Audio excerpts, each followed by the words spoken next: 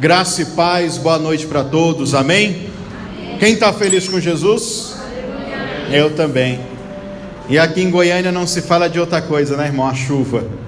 Graças a Deus que essa chuva chegou. O povo não estava aguentando mais o calor, né?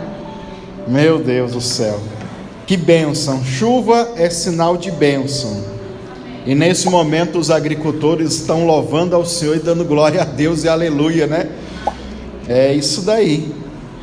Porque também o que eles fazem reflete em nós, né? Irmãos, sabe, eu tenho uma reflexão.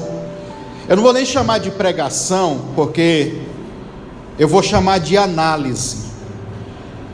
Nós vamos fazer uma análise textual de um dos salmos da Bíblia que, sem dúvida, é muito interessante, muito emocionante, que toca o coração de muita gente. Porque também esses salmos, ele revela a natureza do sofrimento de muitas pessoas. Esse salmo, ele traz uma crise existencial, um monólogo da vida de uma pessoa que está sofrendo. Hoje se usa o termo, né, quando a pessoa está triste, a pessoa está na fossa, uma fossa emocional. Essa palavra é para gente que também é ser humano, que uma hora também está fraco, que uma hora também está abatido. Eu que particularmente prego muito sobre batalha espiritual, sobre as pessoas se levantarem, se erguerem, muita motivação enquanto a fé. E hoje eu quero fazer uma análise. Quero convidar você a abrir a sua Bíblia nos Salmos de número 73. Salmos 73. É um salmo de Asaf. Asaf, para você que não sabe nada assim do contexto desses salmos, Asaf é um levita, um adorador, um cantor, que de família já herdou o ministério. Asaf é um jovem que se aproximou de Davi, segundo os historiadores, quando Davi dançava ao redor da Arca da Aliança. Eles fizeram maior esforço para trazer a Arca da Aliança das mãos dos filisteus. Quando Davi resgata a Arca da Aliança e traz novamente para Jerusalém, Davi é tomado de um espírito de adoração, um êxtase no espírito dele, e ele começa a dançar ao redor da Arca da Aliança. Todo mundo conhece essa passagem, né? Até que uma das suas esposas, a Milca, está olhando lá de cima do palácio e fica escarnecendo a adoração dele, por causa que ela escarneceu da adoração de Davi, ela fica estéril.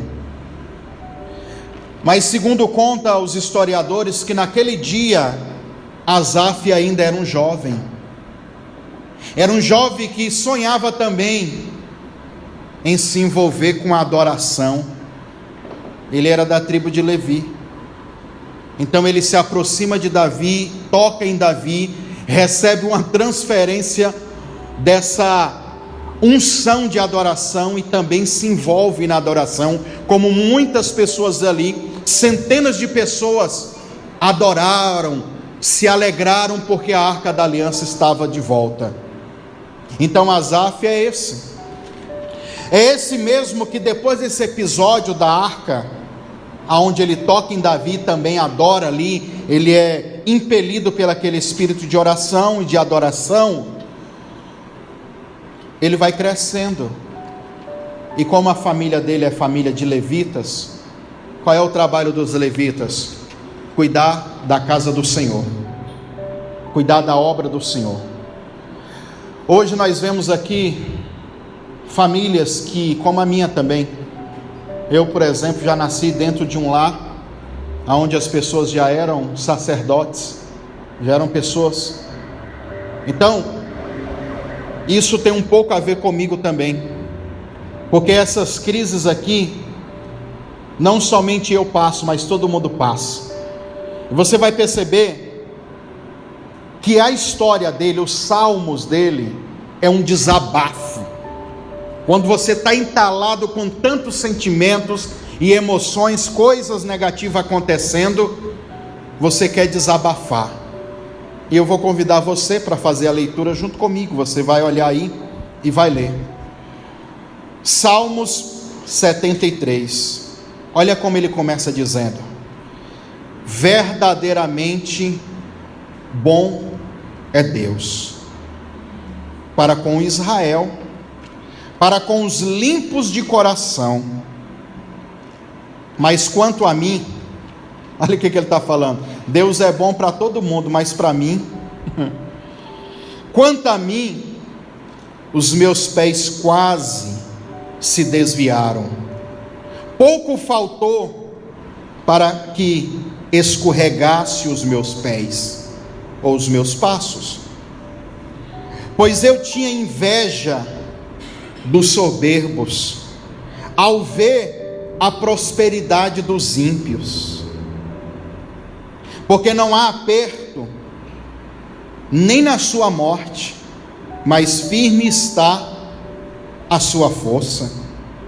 Não se acham em trabalhos, como muitas outras pessoas. Não são afligidos, como os outros homens. Pelo que a soberba os cercam, como um colar. Veste-se de violência, como de um adorno. Os olhos deles estão inchados de gordura. Superabundam as imaginações do seu coração. São corrompidos. Tratam maliciosamente de opressão. Falam arrogantemente. Ergue a sua boca contra os céus, e a sua língua percorre toda a terra. Pelo que o seu povo volta aqui, e as águas de copos se enchem, as águas de copos cheios se espremem, e dizem: como sabe, ó Deus, ou há conhecimento no Altíssimo? Eis que estes são ímpios, todavia estão sempre em segurança, e se lhe aumenta as riquezas. Na verdade, é que em vão eu tenho purificado o meu coração e lavado as minhas mãos na inocência, pois todos os dias tenho sido afligido e castigado toda manhã. O cara está amargurado, não está, irmãos? Está triste. Se eu dissesse, também falarei assim: eis que ofenderia a geração de teus filhos. Quando eu pensava em compreender isso, fiquei de sobremodo perturbado, até que eu entrei no santuário de Deus. Então entendi o fim deles. Certamente tu os pusestes em lugares escorregadios, tu os lança em destruição, como cai na desolação, quase por um momento, ficam totalmente consumidos pelos terrores, como se faz como um sonho aquele que acorda. Assim, ó Senhor, quando acordartes, desprezarás, a aparência deles. Assim o meu coração se azedou, e sinto picadas em meus rins. Assim me embruteci, e nada sabia. Eu era como um animal perante a ti, todavia estou de contínuo contigo. Tu me seguraste pela tua mão direita. Guiar-me-ás com o teu conselho, e depois me receberás em glória.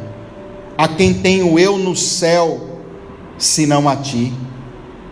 E na terra não há quem eu deseje além de ti. A minha carne e o meu coração se desfalecem, mas Deus é a fortaleza do meu coração e a minha porção para sempre.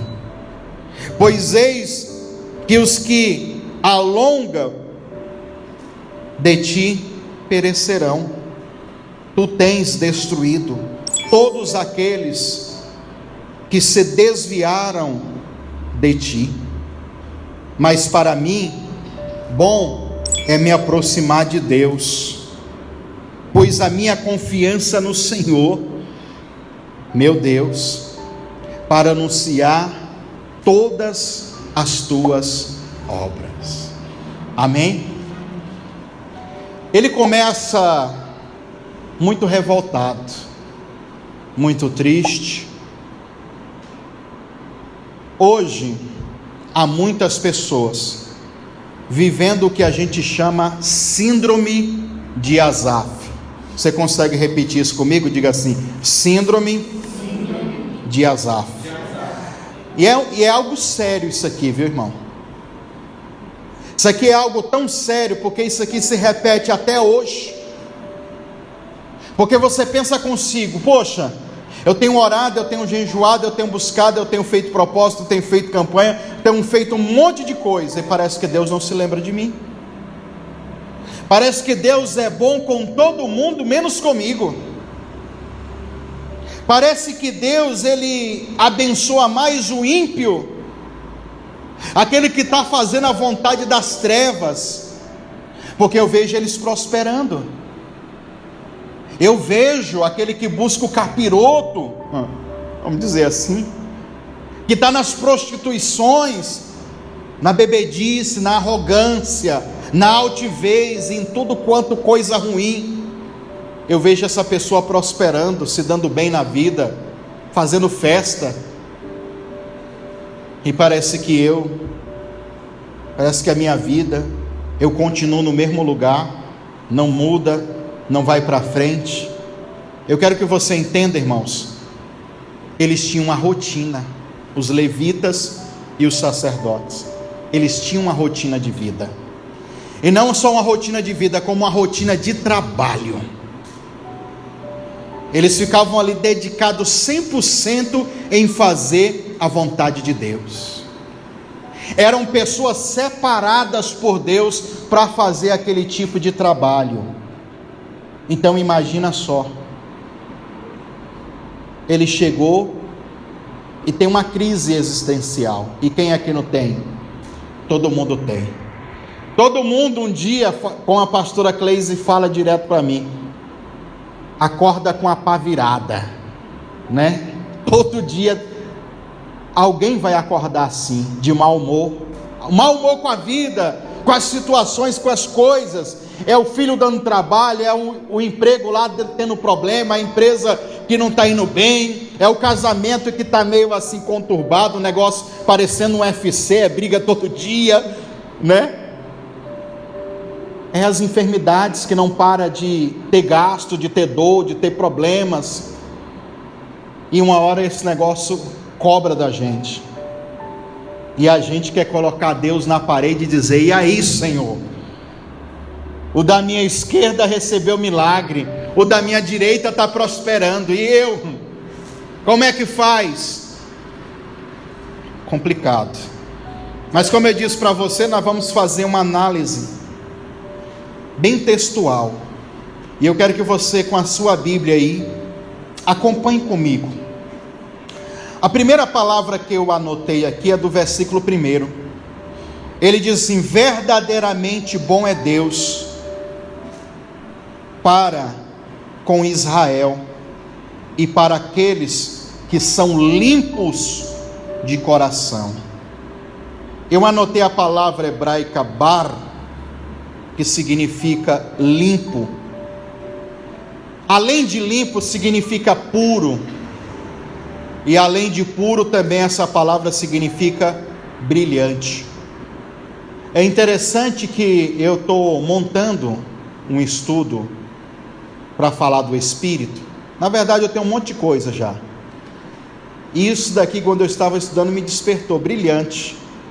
Brilhante tem a ver com nível de glória. Porque brilhante é um coração puro, é um coração que está em santidade. E a santidade, ela reflete a glória de Deus no nosso espírito. Quanto mais santidade nós conseguirmos ter, santidade em todos os níveis, santidade na alma, no comportamento físico, nas palavras, em todos os sentidos. Quanto mais níveis de glória vai se conectar ao nosso espírito. Ou seja, quanto mais santidade, mais brilho, mais esplendor, mais clareza. Então a pureza de coração traz esse nível de santidade e faz com que Deus venha se aproximar cada vez mais de nós. Eu anotei aqui também a palavra, que agora é no versículo 2, ele diz assim: quanto a mim, os meus pés quase se desviaram. Quase, irmão. Chegou a desviar, mas ele já estava no caminho, né? Naquele processo de amargura com Deus, naquele processo de questionamento, naquele processo de tentar procurar um culpado para os problemas. E aí tentar, porque a síndrome do desviado é assim, sabia? Eu acho que quase todo mundo já teve uma síndrome assim, de querer desviar. A pessoa, quando quer desviar, irmão, aconteceu isso comigo várias vezes. Ele fica procurando, coisinhas pequenas para sair da igreja e sair da comunhão com Deus. Se passar o crente, o irmão do lado dele, e não dar a paz do Senhor para ele, ele já, tá vendo? Esses crentes tudo não gostam de mim. O mundo está conspirando contra mim, porque ele já está naquele processo do coração estar fermentando. Aí um probleminha que acontece. O desviado é aquele que transfere a responsabilidade dele, às vezes, para os outros, para as coisas e até mesmo para Deus. Lembra de Caim? O próprio Deus chegou para, antes de Caim matar Abel, o desejo já estava ali dentro do coração dele, o ódio, a inveja querendo matar o irmão dele. E Deus chegou para ele: por que você está assim, hein? Por que descaiu o teu semblante? O semblante do desviado muda, viu? Por que descaiu o teu semblante? Em que está diferente? Parece que chupou um limão bem azedo. Caim, o desejo já está à porta. A porta do quê? A porta do coração. Mas cabe você dominar sobre esse impulso pecaminoso. É você que tem que dominar, não é eu que vou fazer isso por você, é você. E a gente sabe que ele não segurou aquele impulso pecaminoso, ele jogou para fora e acabou matando o irmão dele. E quando Deus chegou para ele para perguntar algumas coisas para ele, olha o que ele responde para Deus: é maior a minha maldade do que o Senhor possa perdoar? E em vez dele gerar arrependimento, ele joga na cara de Deus: o meu pecado é muito grande que o Senhor nem pode me perdoar. Ele afirma, ele não pergunta, ele afirma. Então, ele já estava nesse processo de se desviar. Eu anotei a palavra shakave, a palavra shafak, irmãos, que significa derramar. Aí o sentido figurado dessa palavra quase desviar, que significa escorregar, o sentido figurado. Sabe o que eu lembrei? Paulo dizendo: aquele que está de pé, cuide para não escorregar. É engraçado que quando eu estava estudando isso, eu lembrei que ele falou dos ímpios, que Deus coloque essas pessoas em lugares escorregadios. Mas ele mesmo agora, quase desviando, ele estava escorregando e quase cai. Então essa palavra desviar também significa escorregar. Escorregar, se você escorregar, você cai.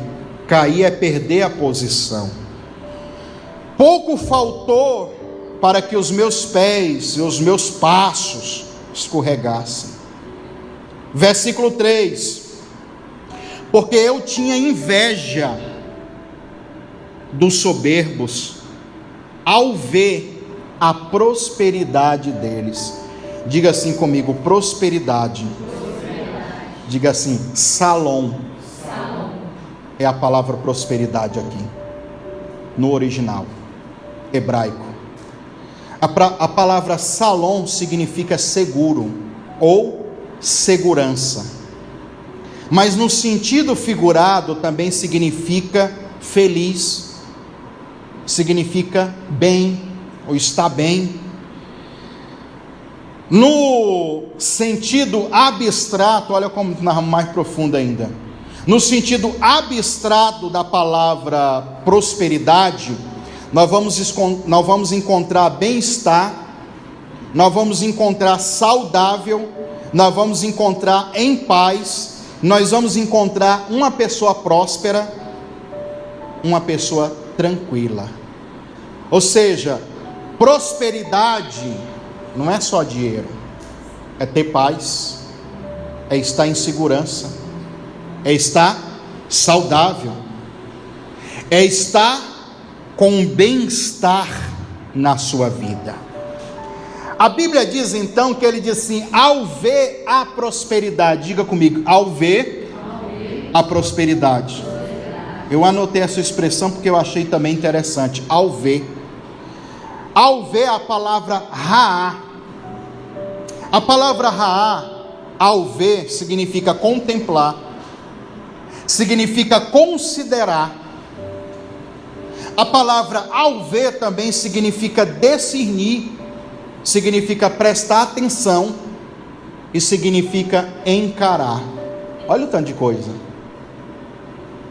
Ele discerniu ao ver, ele vai discernir, lógico, com um coração cheio de inveja, com um coração cheio de amargura, com um coração cheio de coisas ruins. Ele olha para a prosperidade dos ímpios e sente inveja, ele quer aquilo para ele, ele quer viver aquela vida.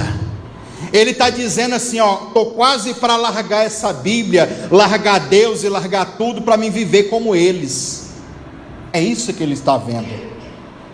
Ele começa a ver aquele mundo de fantasia, aquele conto de fada que aqueles homens estavam vivendo, e deseja aquilo. Por que eu não? Eu vou experimentar isso. Quase, irmãos, ele vai, porque ele faz um contraste. Ele olha para a vida dele e olha para a vida dessas pessoas e sente inveja. Mas depois ele descobre que o que aquelas pessoas não têm, ele tem, que é o mais precioso de todas as coisas, que é a presença de Deus, uma vida com Deus. Esse tempo atrás eu preguei aqui sobre vaidade, lembra? Que o contexto original de vaidade não tem nada a ver com brinco, com batom, com colar, com ter dinheiro ou não ter, porque a palavra vaidade no original é véu. Evé é uma palavra grega que significa vazio ou oco. A vaidade, na verdade, é tudo que é vazio. O próprio Salomão disse que tudo é vaidade. Salomão tentou procurar Deus na vaidade. Ele foi várias coisas, foi agricultor, foi músico, foi pregador, foi rico, foi um monte de coisa. Eu sempre gosto de dizer que lá em Eclesiastes ele diz assim, tudo aquilo que os meus olhos viram e o meu coração desejou, eu não neguei, ou eu não privei isso. Sabe o que é isso? é você ir e passar assim e ver aquela concessionária, aquele carro mais caro e mais chique, o último que saiu. Gostei, comprei. No sentido do homem, dos prazeres sexuais. Nossa, que mulherzão, gostei, peguei. É isso. Ele experimentou tudo, sabe para quê? Para sentir a emoção, para ver se tinha algo que preenchia por completo a alma dele. Aí velhão já, idoso, ele chega à conclusão: nada, tudo isso, nada passou de fadiga da carne e de angústia no espírito. Só para isso, não preencheu. Aí ele termina Eclesiastes, que é o livro que ele está mais maduro, que ele está idoso já. Jovens, procure o Senhor nos dias da sua mocidade, para que não venham os dias ruins sobre você, dias que vocês vão dizer: não há contentamento algum, alegria alguma, não tem nada que preencha o vazio. É o que Asaf está passando aqui agora, no Salmo 73, o vazio, uma crise existencial, uma crise terrível, né? Ele diz: ao ver, ao encarar, que é uma das traduções, ao encarar essa situação, me deparei com outra realidade. É isso que Asaf está falando aqui. E não é fácil encarar essa situação, porque você olha para você e olha para a circunstância. É difícil encarar a realidade que muitas outras pessoas estão vivendo. Você está enfermo e olha uma pessoa com saúde. Encarar não é fácil. Você está triste emocionalmente e tem um monte de gente alegre, sorrindo. Você vê pessoas sendo felizes no casamento e você vive um caos. Encarar isso não é fácil. Você vê pessoas esbanjando dinheiro e indo para todo lugar porque tem condição, e você não consegue comprar um passe de ônibus. Encarar essa realidade não é fácil. Ele teve que encarar isso, e é por isso que ele diz: eu senti inveja desses ímpios. É engraçado que a expressão do versículo 4, ele diz: nem na morte esses infelizes têm aperto, nem quando eles morrem, nem no momento de luto, eles não têm aperto, eles não passam dificuldade. No versículo 5 eu anotei a palavra aqui, que ele diz assim, ó: não se acham em trabalhos. A palavra aqui, trabalhos, no original grego é amal, que significa labuta, ou esforço fadigante. Esforço fadigante. Você não vê ricos, muitos ricos, pessoas ricas, porque ele está cobiçando essas pessoas, fazendo esforço fadigante. Um dia eu ouvi dizer que rico ele não tem trabalho, ele tem serviço, não é? O povo de Deus tem que procurar serviço.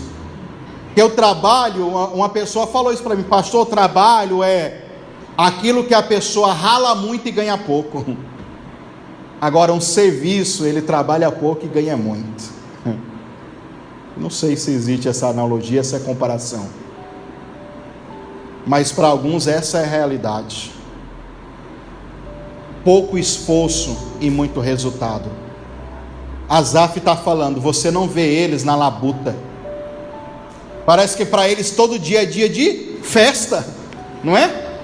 Todo dia é dia de festa, e eu estou aqui ralando que nem um maluco, aperto para pagar as dívidas, as contas.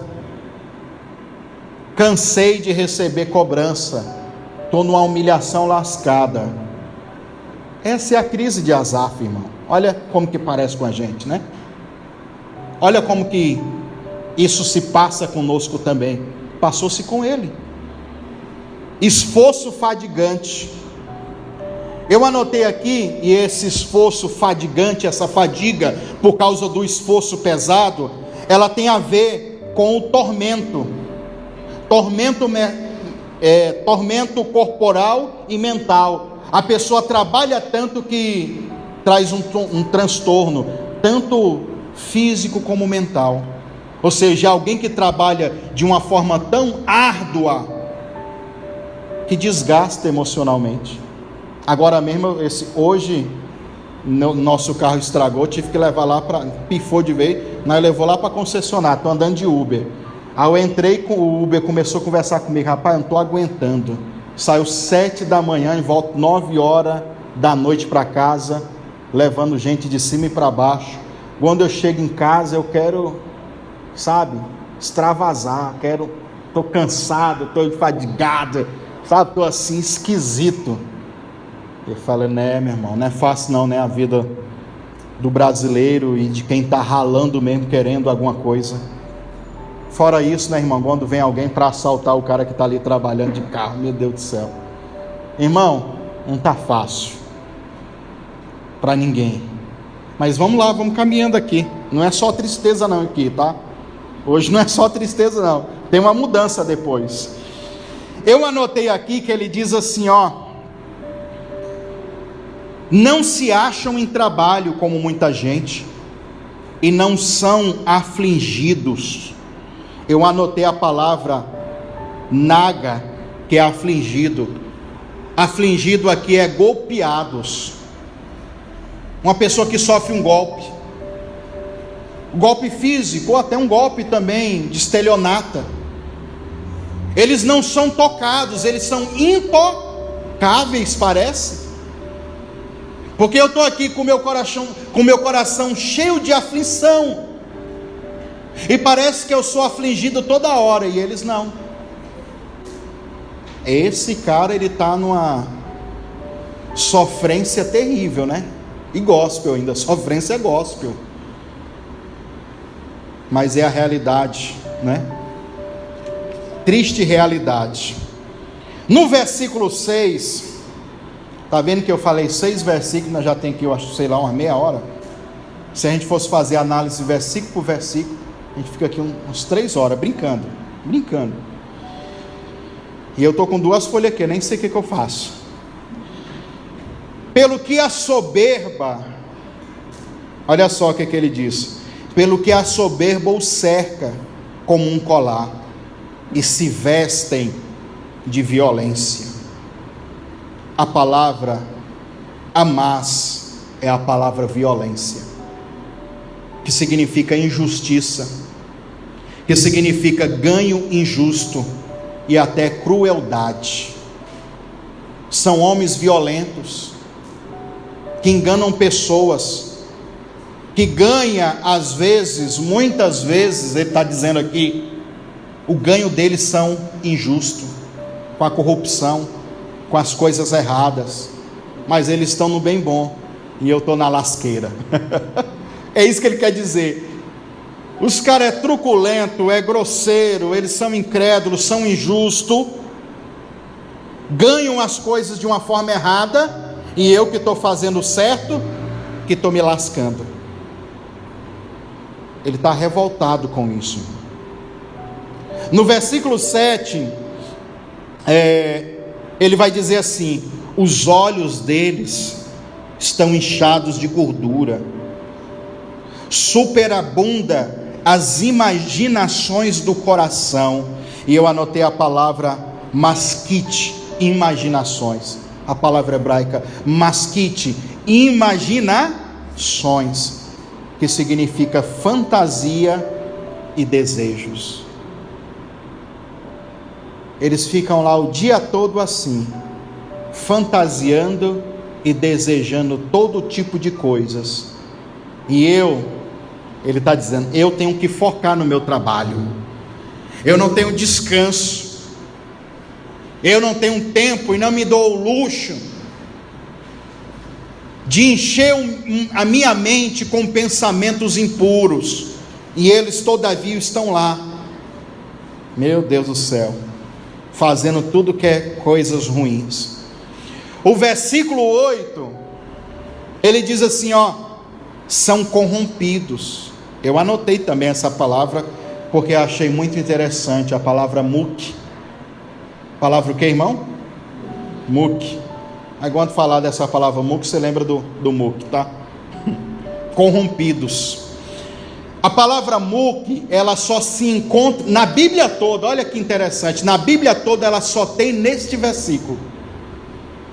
Na Bíblia toda eles são corrompidos. A palavra muque significa zombar. A palavra muque significa blasfemar. A palavra muque significa escarnecer. E só se encontra esta palavra neste texto. Eles são corrompidos, ou seja, são blasfêmicos. Eles escarnecem, são escarnecedores. Eles são zombadores, são corrompidos. É forte, irmãos. Ele continua dizendo, eles são corrompidos e tratam. Quando eu também estava estudando essa palavra, eu resolvi colocar aqui no nosso esboço a palavra dabar. Diga assim comigo, dabar. Essa palavra, eles tratam, eles são corrompidos e tratam, no sentido destrutivo, é subjugar, é o quê? Eles tratam as pessoas, eles subjugam as pessoas, na verdade. Eles não tratam com delicadeza, eles subjugam as pessoas. São corrompidos e tratam maliciosamente de opressão. Isso não é um trato bom, é um trato ruim, é uma forma de subjugar. Erguem a sua boca, versículo 9, tá? Erguem a sua boca contra os céus, e a sua língua percorre a terra. Eita! Pelo que o seu povo volta aqui, e águas de copos cheios se derramam. Eles não fazem questão, eles fazem pouco caso das coisas. Copo cheio, o que é isso? Vou derramar aqui. Não dão valor para as coisas, porque eles têm muito. Isso não interessa para eles. E olha que Asaf, o cara está numa crise mesmo, hein, irmão? Um copo de água cheio que se derrama, ele está prestando atenção.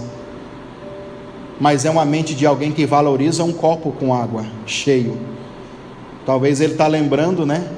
Ou é uma figura, uma sombra de coisas futuras. Jesus dizendo, aquele que der pelo menos um copo de água. Jesus valoriza também um copo de água. Ele está dizendo, um copo de água cheio. Eles fazem assim, derramam e não estão nem aí. Mas ele está aqui valorizando isso. Eu estou pulando aqui, viu, irmão, para a gente caminhar. Versículo 10. Pelo que o seu povo volta aqui, né? E água de copo cheio eles derramam. O 11. E dizem, como o sabe Deus? Ou há conhecimento no Altíssimo? Diga assim comigo, dear. Diga de novo, dear. Dear é a palavra hebraica para conhecimento. Lembra que uma vez eu preguei aqui sobre o princípio de iada, que é uma outra palavra? É da mesma raiz semântica, conhecimento, que é dear, ou diar, né? Veio da palavra iada. Iada significa conhecer. Conhecer, conhecimento. Ele está dizendo que essas pessoas, eles ficam se perguntando, como que sabe Deus? Quando ele questiona isso, ele está perguntando, será que existe inteligência em Deus? Será que existe inteligência em Deus, uma inteligência espiritual? Ou há conhecimento no Altíssimo? Essa palavra conhecimento é conhecimento de Deus, conhecimento espiritual. Eles estão dizendo duas coisas aqui, se questionando duas coisas: se há algum tipo de inteligência em Deus, e se esse conhecimento realmente é útil. Porque tipo assim, eu não vivo esse conhecimento, não conheço, mas como eu não experimento disso, isso não interessa para mim. Ou há conhecimento no Altíssimo? Eles estão falando de saber, de ciência. São pessoas ignorantes, porque até mesmo a ciência hoje está difícil, porque a ciência vai evoluindo, e está difícil da ciência explicar muitas coisas, sim ou não? Tá?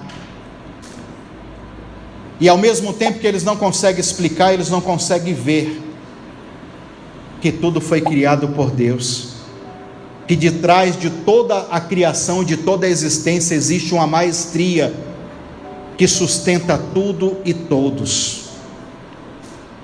Como que a célula desenvolve, como que a célula surge, como que as coisas... Então, a ciência está encontrando dificuldade de rejeitar Deus, rejeitar o transcendente, e cada vez mais que vai sendo apurado a ciência, eu vou tendo mais o entendimento, realmente existe Deus, e não só Deus, o diabo também, realmente existe as trevas, realmente existe os demônios, realmente existe essas coisas malignas, que querem vir contra nós, né?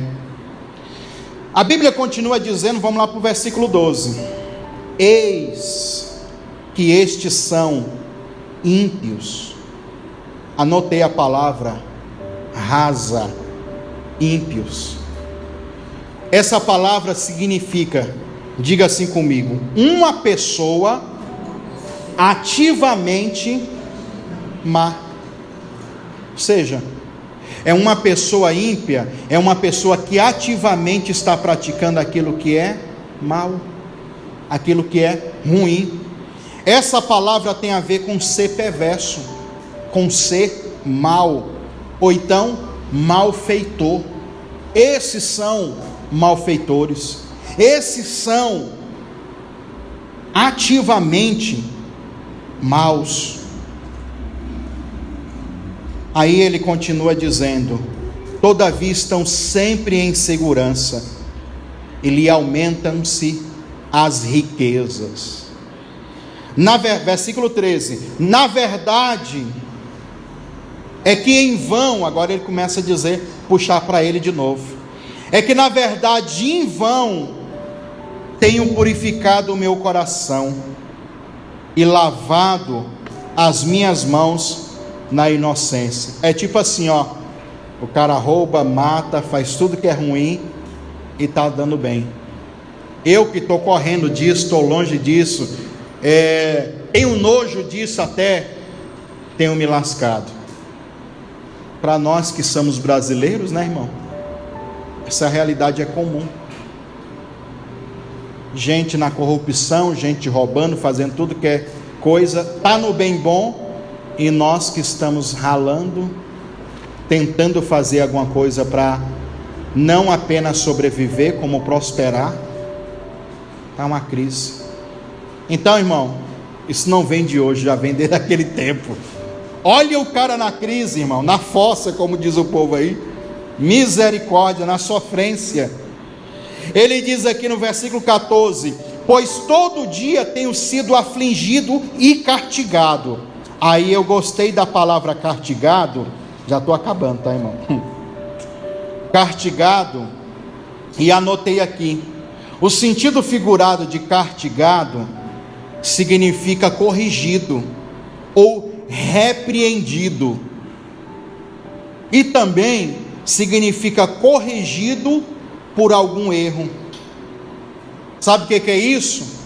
Ele está vendo o próprio Deus dizendo para ele, não peque, não faça isso que é errado. Aí todas as vezes que ele quer ir fazer o que é errado, ele é corrigido. Ele está dizendo que ele está sendo castigado, mas é no sentido dele ser corrigido. Ou seja, só eu que sou corrigido, porque os outros, eles têm um senso de liberdade, eles fazem aquilo que quiser. Mas ele não reparou, agora só aqui, que Deus ele corrige aquele que ele ama. Assim como eu sou um pai, você também é um pai, é uma mãe. Você sabe que tem certas coisas que a gente não tem que deixar a criança se envolver, para a criança não tomar aquele erro, fazer aquela coisa errada, porque senão a consequência pode ser trágica, a consequência pode ser ruim. E essa filosofia, esse pensamento político que tem aí hoje, chamado de anarquia, eu faço o que eu quiser, isso é perigoso, porque pode trazer consequências terríveis, que no final outras pessoas vão se envolver com esse problema e sobra até para os outros. Mas quando ele é corrigido, é na questão dele, errou, o próprio Deus diz assim: não faça isso. Por que que Deus faz isso? Porque Ele nos ama. Hoje em dia, tratando-se do relacionamento com Deus, Deus ele sempre vai permitir o nosso livre-arbítrio. Ele vai falar, mas Ele vai dizer assim: se tu quiser fazer, vai lá, experimenta, prova para você ver o que é que vai dar. E a gente sabe, nós temos quebrado a cara em muitas coisas aí, e tem gente que não cansa de quebrar a cara, está errando, está fazendo errado, está buscando o errado, está se dando mal, e não toma uma outra decisão de mudar. Essa é a parte mais triste. Ele continua dizendo: pois todo dia tenho sido afligido e castigado a cada manhã. Versículo 15: se eu dissesse, também falarei assim, ou seja, também vou falar o que esses homens estão falando, eu vou agir como eles. Eis que ofenderia a geração dos seus filhos. Diga assim: bagade é a palavra ofenderia no original. A palavra ofenderia também pode ser traduzida aqui neste texto como cobrir a geração toda, ou seja, é algo que vai se estender. Essa palavra também significa agir secretamente, essa palavra também significa saquear, mas essa palavra também significa negociar de uma forma enganosa. Mas a mais que eu gostei, que é que tem tudo a ver com o que ele está dizendo aqui, é trair, ser infiel e desleal. Sabe o que ele está dizendo? Mas se eu falar o que esses caras estão falando, se eu fizer o que eles estão fazendo, se eu pegar essa vida pecaminosa e viver ela, eu estou ofendendo, eu estou traindo, eu estou sendo desleal com a minha geração toda. E aqui você sabe que existe uma carga de peso de herança espiritual, porque ele sabe que os erros, as práticas pecaminosas erradas pode comprometer a próxima geração. Ele diz: isso é muita loucura, porque se eu tomo essa atitude agora, a próxima geração minha vão ver o meu exemplo e vão querer copiar, e eles vão se perder. Ou seja, o cara olha para ele assim: eu não vou me dar o luxo de ser esses caras. Versículo 15 ele finaliza com isso. No 16 a coisa melhora e a nossa análise depois fica mais interessante. Quando eu pensava em compreender isso, fiquei sobremodo perturbado. Versículo 17: até que entrei. Então o cara fica naquela perturbação toda, irmão. Ele está naquela crise, naquela fossa, com tudo que eu já disse anteriormente aqui. Aí ele faz como você fez hoje. Sabe o que eu vou fazer? Vou entrar na casa do Senhor. Porque aqui a palavra santuário, ela também pode ser traduzida como um templo de adoração, uma capela, ou um lugar sagrado. Aqui pode ser traduzido essa palavra como um abrigo. Sabe o que ele está dizendo? Eu vou procurar um abrigo. Eu entrei em um lugar de abrigo. Eu entrei no santuário. No santuário de Deus. Então entendi o fim deles. Quando ele entra naquele lugar, que é um lugar preparado para orar, para adorar, para buscar, para meditar nas coisas boas, o próprio Espírito traz uma revelação para o coração dele. Eu entendi. Não é assim não. Eu estou doido da cabeça. Aí ele começa a dizer: certamente o Senhor colocou eles nos lugares escorregadios. Na verdade, quando a gente faz essa análise crítica de Deus, baseado no que os outros falou, fica que meio que Deus é o chefão, durão, e faz o que ele quiser, e pega qualquer um da raça humana, e prejudica, e faz isso e aquilo outro, não é verdade? Fica um Deus esquisito, não é? Mas é segundo a análise de Asaf, e não é isso. A Bíblia diz que o mal, por si, ele se destrói. Irmão, para as coisas ruins acabar, para a pessoa que está numa prática de coisas ruins, para ele chegar ao fim, não precisa de muito esforço. A Bíblia diz: o mal por si se destrói. Quantas pessoas que estão numa vida errada, numa vida assim, no lamaçal do pecado aprofundado lá, que rapidamente tem as suas vidas ceifadas. Ele pensa, ele imagina que é Deus que coloca essas pessoas para essas pessoas se destruírem.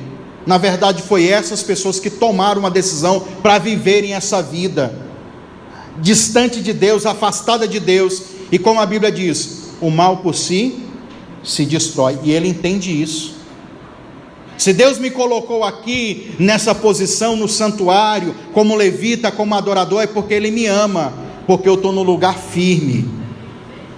Esses outros que escolheram outro caminho, uma hora tudo isso vai acabar, uma hora eles vão se escorregar e vão cair.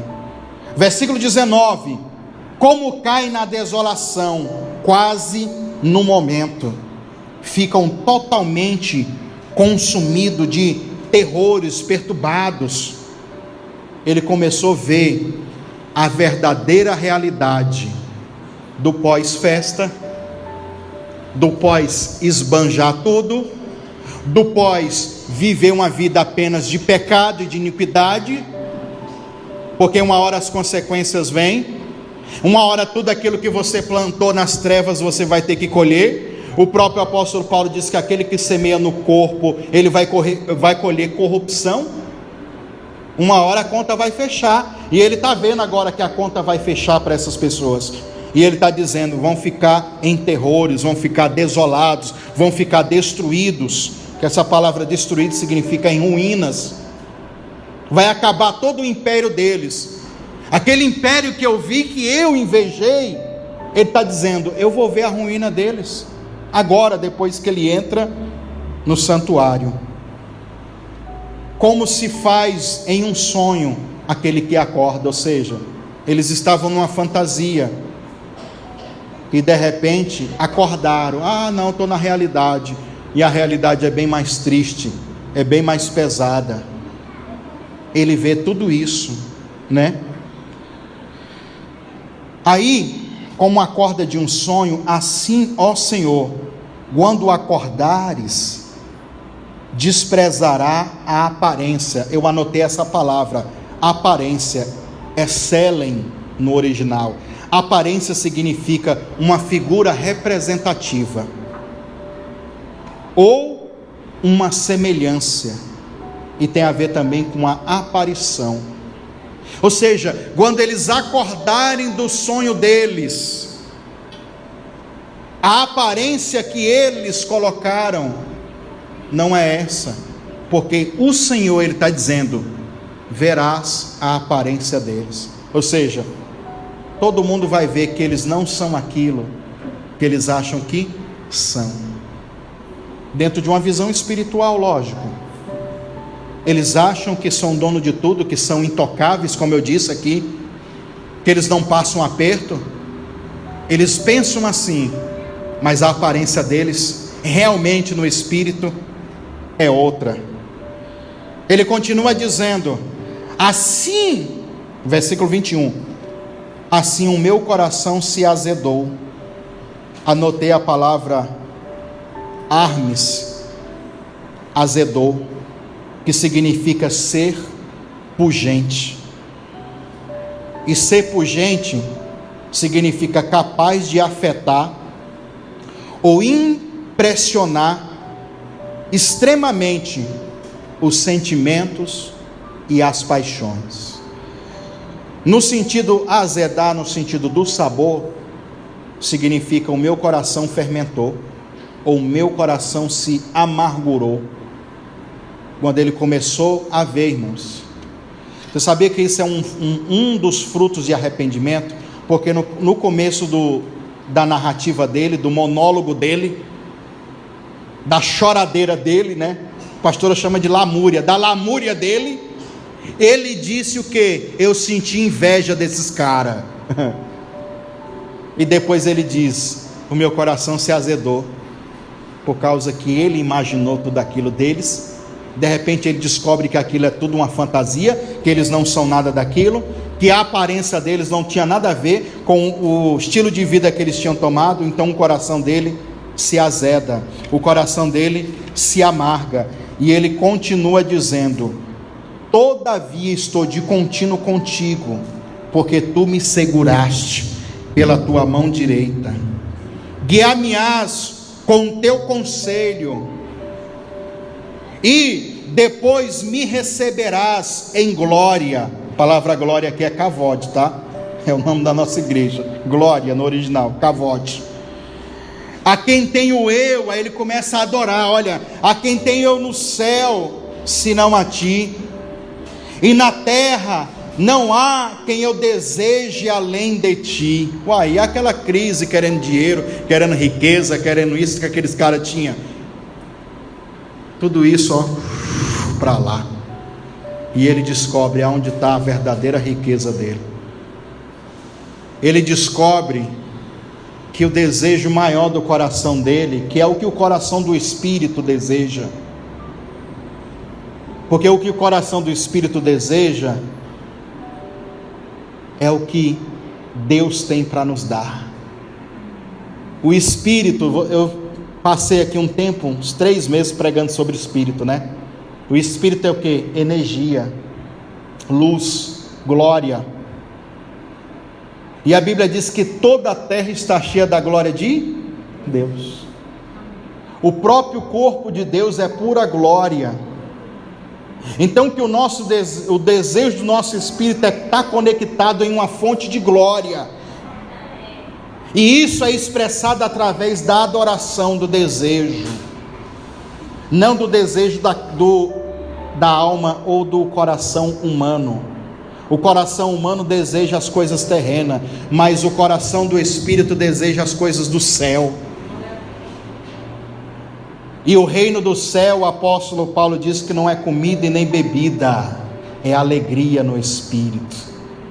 Então, de repente aquela crise dele passa e ele diz: o meu desejo é o Senhor, não tenho um desejo além de ti. Aí ele diz aqui no versículo 26: a minha carne e o meu coração se desfalecem. Ou seja, uma hora vai morrer, uma hora vai acabar, mas Deus é a fortaleza do meu coração e a minha porção para sempre. Pois eis que os que se alongam de ti, ou seja, se afastam de ti, perecerão. Esse alongamento, esse afastamento, tem tudo a ver com o que eu acabei de falar do Espírito. A Bíblia diz que quando Adão, Paulo vai dizer isso, que nós fomos destituídos da glória de... É como se uma tomada, eu tenho aqui um plug para conectar numa tomada. E aquele fio que eu vou conectar à tomada é que vai passar energia para alimentar algo.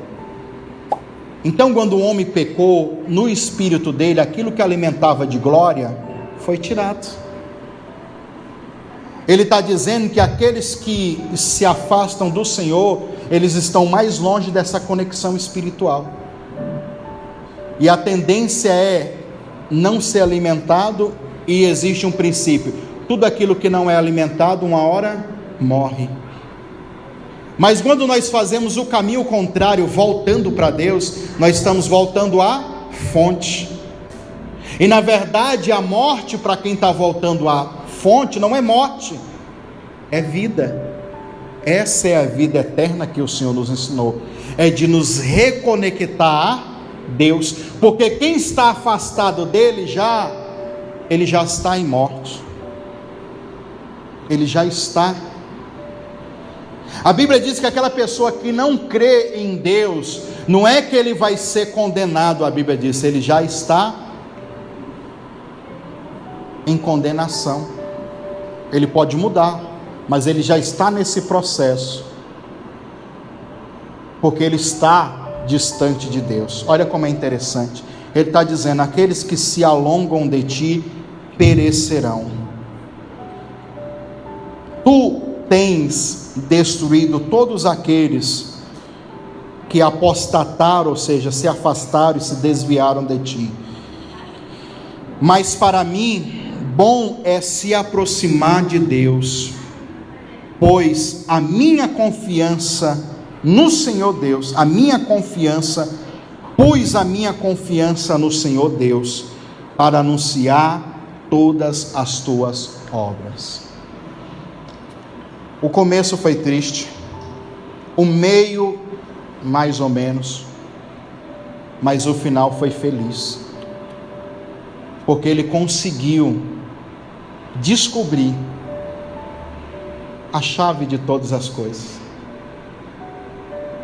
Não é na vaidade, não é a riqueza, não é que aquelas pessoas que não passam aperto nem na morte, não é nada disso que vai preencher o que está aqui. Olha, eu dei essa volta toda só para pregar isso. Eu poderia só ler o Salmo e falar isso, irmão. Sabe onde ele encontrou prazer de verdade? Alegria de verdade? Não há quem eu deseje mais do que o Senhor. Em Deus, irmão, no Senhor. Existe algo que o incrédulo ele não consegue entender, o ateu. Por que esse povo vai para a igreja e ficam lá cantando com as mãozinhas, faz isso, aquele outro e tal? O que eles sentem? É a mesma pergunta de nós que não temos entendimento espiritual. Às vezes conseguimos tentar imaginar, mas não conseguimos sentir. O que aqueles anjos de fogo lá em Isaías capítulo 6, que graça que tem eles ficar lá do lado do trono de Deus falando santo, santo, santo, santo, santo, santo. Pastor, eles ficam lá assim todo tempo. Eu falo, eles não enjoam daquilo? Eles ficam falando santo, santo, santo é o Senhor dos exércitos, e toda a terra está cheia da sua glória. Anjos também são espíritos, espíritos também são luz, são energia, poder, é glória. Eles estão perto da fonte. Então, como eles estão perto da fonte, a glória que sai de Deus alimenta eles. Sabe quando você come aquela picanha e você diz, meu Deus do céu, que carne macia. O médico me proibiu, viu, irmãos? Quando você faz uma relação sexual e você chega no orgasmo, não é para você fazer isso que eu vou falar não, mas O pessoal disse que o crack, conhece o crack, a droga? É mais ou menos 30 vezes mais prazerosa do que o orgasmo do sexo. Quando o cara fuma aquela pedra, ele diz, meu Deus, é pouco segundo, né? Mas ele fala, meu Deus, por isso que quando ele acaba de fumar, ele quer outra. Ele diz, meu Deus do céu. É um prazer. É isso que aqueles anjos sentem. E sabe o que é mais profundo ainda?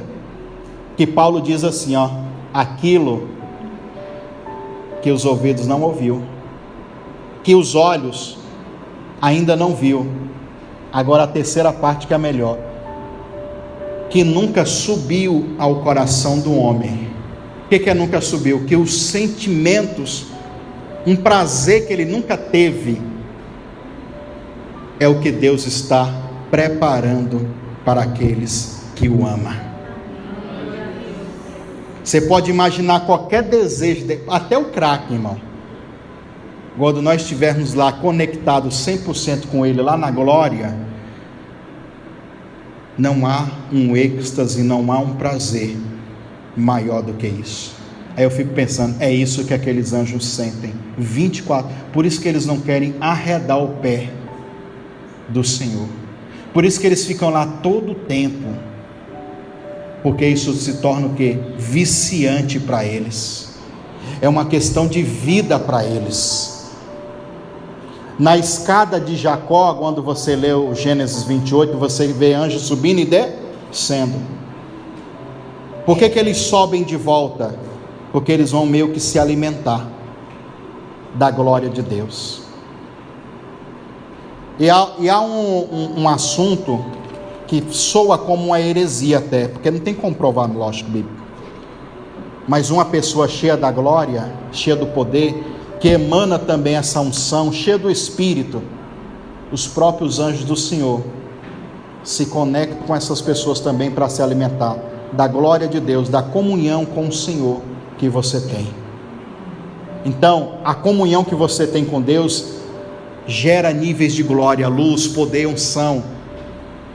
E os anjos do Senhor, quando se aproximam de você, eles também são alimentados por isso. É a mesma coisa o contrário. Aquele que está no nível de trevas, no nível de demônio, de capetagem mesmo, mais demônios se conectam a ele, mais fácil as coisas ruins se conectar a ele, porque aqui nós estamos falando de energia positiva, de glória, de poder, de unção, e de energia negativa, trevas, pecado, iniquidade, tudo isso.